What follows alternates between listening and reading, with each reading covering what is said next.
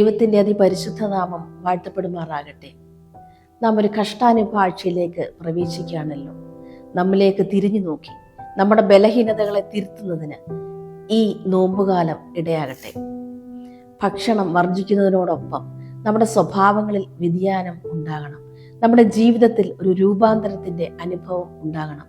യാക്കോബിന്റെ ജീവിതത്തിൽ ദൈവത്തെ മുഖാമുഖം കണ്ടപ്പോൾ അവൻ ഇസ്രയേലായി മാറി. ദൈവത്തിന്റെ മുഖം നമ്മുടെ സഹോദരനിൽ കാണുമ്പോൾ യഥാർത്ഥ രൂപാന്തരം പ്രാപിക്കും. ഒന്നാമതായി, നോമ്പ് നമ്മെ അനുതാപത്തിങ്കിലേക്ക് നയിക്കുന്നു. യോവേൽ പ്രവാചകന്റെ പുസ്തകം 2-ാം അധ്യായം 13-ാം വാക്യത്തിൽ അതാണ് നാം കാണുന്നത്. വസ്ത്രങ്ങളെയല്ല, ഹൃദയങ്ങളെ തന്നെ കീറി നിങ്ങളുടെ ദൈവമായ യഹോവയുടെ അടുക്കിലേക്ക് തിരിവീൻ. അവൻ കൃപയും കരുണയും ദീർഘക്ഷമയും മഹാദയയും ഉള്ളവനല്ലോ. രണ്ടാമതായി, നോമ്പ് നമ്മെ അനുരഞ്ജനത്തിലേക്ക് നയിക്കുന്നു. യെശയ്യാ പ്രവാചകനിലൂടെ ദൈവം സംസാരിക്കുന്നു.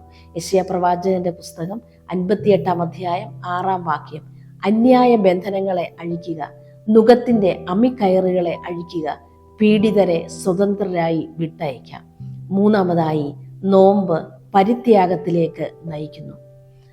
നാം വിലയുള്ളതിനെയും രുചിയുള്ളതിനെയും ത്യജിക്കുന്നതാണ് നോമ്പ്. നാലാമതായി, നോമ്പ് പുതുക്കത്തിലേക്ക് നയിക്കുന്നു.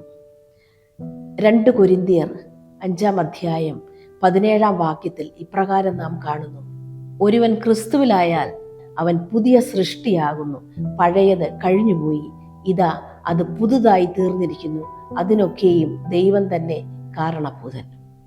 പ്രിയപ്പെട്ടവരെ, ഈ നോമ്പുകാലത്ത് അഭിനയ ഭക്തിയിൽ നിന്ന് അനുഭവ ഭക്തിയിലേക്ക് ഒരു രൂപാന്തരം ഉണ്ടാകുന്നതിനായി നമുക്ക് പ്രാർത്ഥിക്കാം.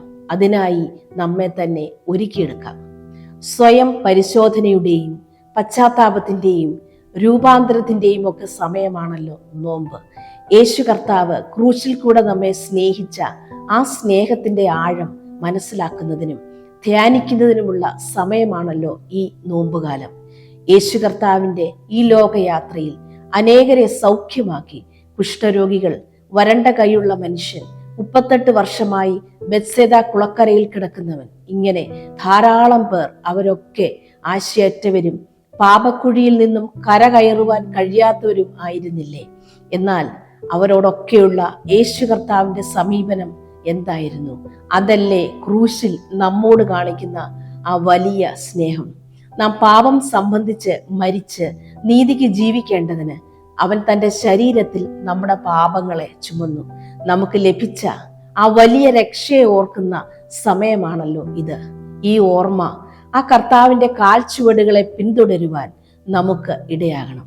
ക്രൂശിൽ നിന്നും ഒഴുകുന്ന ആ സ്നേഹം നമ്മിൽ കൂടി അനേകരിലേക്ക് ഒഴുകപ്പെടണം എന്നല്ലോ കർത്താവിൻ്റെ ആഗ്രഹം. അപ്പോൾ മാത്രമേ ക്രൂശിൽ നമുക്ക് വേണ്ടി ഒരുക്കപ്പെട്ട ആ പ്രത്യാശയിൽ ജീവിക്കുവാൻ നമുക്ക് സാധിക്കുകയുള്ളൂ.